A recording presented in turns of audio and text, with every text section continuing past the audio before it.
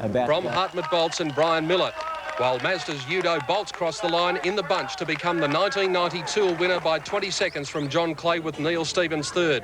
Bolts wins $10,000 and some valuable World Championship points, while Sutton and his Avis colleagues took out the team section.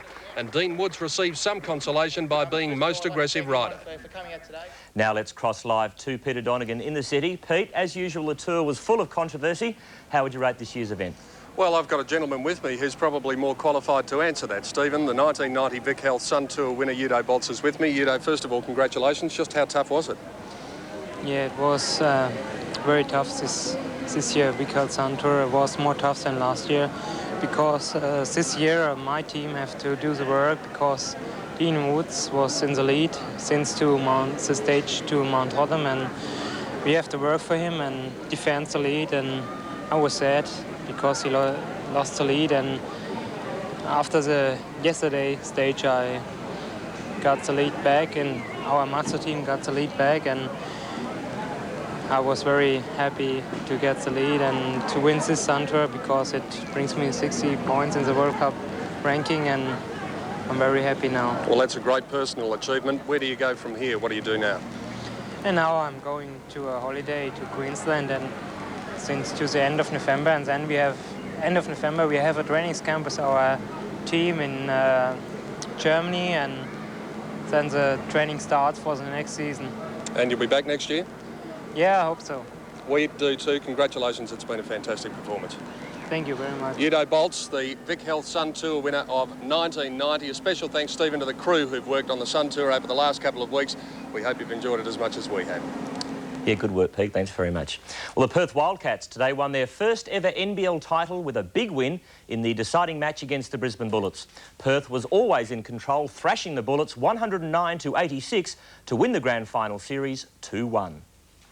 The Wildcats hadn't won at Boondall this year, but they won the tip-off, put the first score on the board and took an early 9-point lead with Ricky Grace's second long bomb in a minute.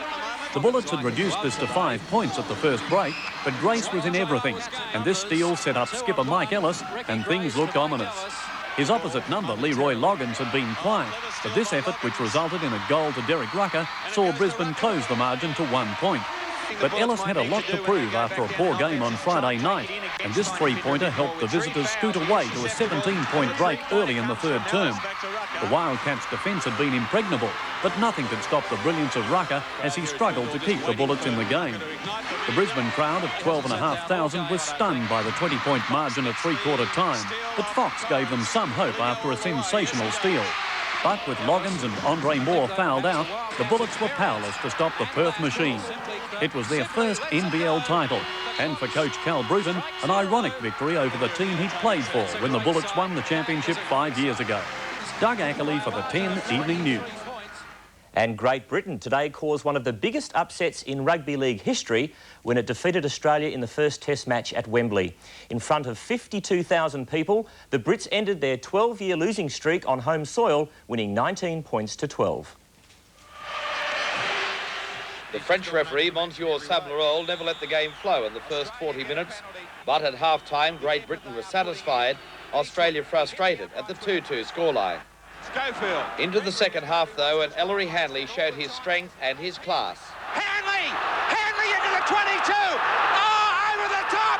Oh, what play! What great... Winger Paul Eastwood finished it off as Wembley exploded. Eastwood head down, try! Great Britain have gone over! But when Australia moved it wide again, there was no stopping Big Mal Meninga. On his own, Meninga will score! Oh, what a try! But Great Britain came storming back. Hanley's bomb pressured Belcher. Belcher, he did it once before. It's free, it's a try.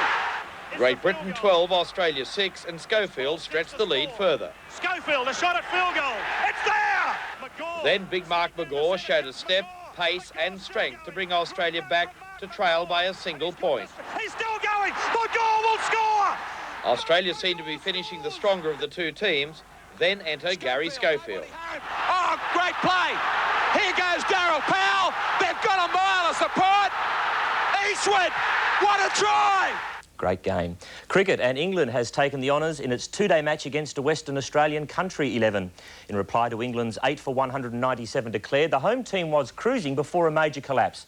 The country boys lost their last 6 wickets for only 26 runs to be all out for 181. Americans Billy Mayfair and Jody Mudd share the lead after 3 rounds of the Nabisco Championship in Texas. The pair are 8 under par and lead by 2 strokes from Zimbabwe's Nick Price. 2 Australians are also in with a big chance. Ian Baker-Finch and Greg Norman are 3 shots off the pace at 5 under par. Jody Mudd would have held the outright lead if it wasn't for this bogey on the final hole.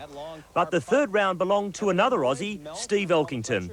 He's in with an outside chance of victory after shooting a 66 to move to within 5 strokes of the lead. Still in America, and Kentucky Derby winner Unbridled has won the Rich Breeders' Cup Classic.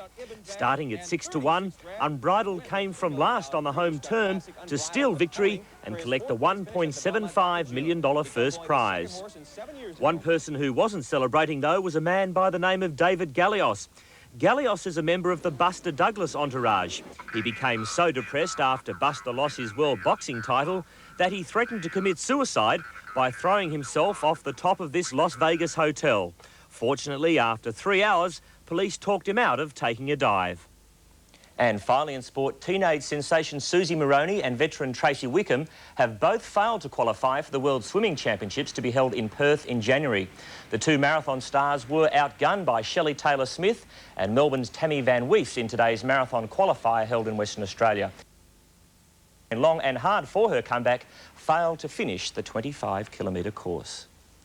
And for tonight, that is all in sport. Now, thank you, Stephen. And the weather look next. The summer preview continues.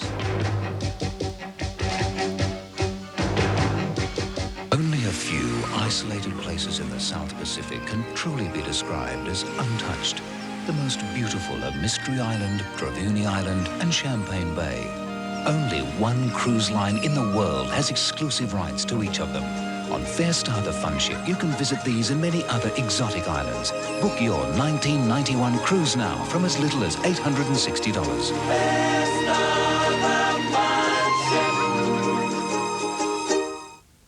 Money, money, money! You'll save buckets of it in Carpet Call's Stainmaster Sale of the Century. It's the carpet that Pro Hartney's cleaning lady made famous. A carpet that's remarkably resistant to stains. Carpet Call have just made a scoop buy of this fabulous carpet. Extra heavyweight quantity too.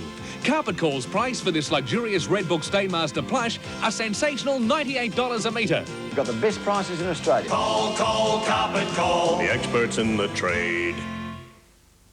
Not far from busy Osaka, but around 1,000 years back in time, you'll find the ancient capital Nara and the enchanting inn Kankaso. When you slip your shoes at the door, you step back to the time of samurai, ceremony and serenity. Here you can leave the modern world behind, but not your Visa card, because the Kankaso hasn't changed in centuries and they've never accepted American Express. Visa, it's everywhere you want to be.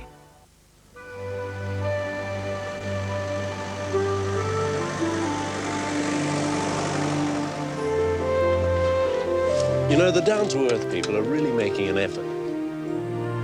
They're already using some ingredients derived from palm kernels, coconut, eucalyptus oil, and sugarcane. And still they're working every day to make their products even better and more natural.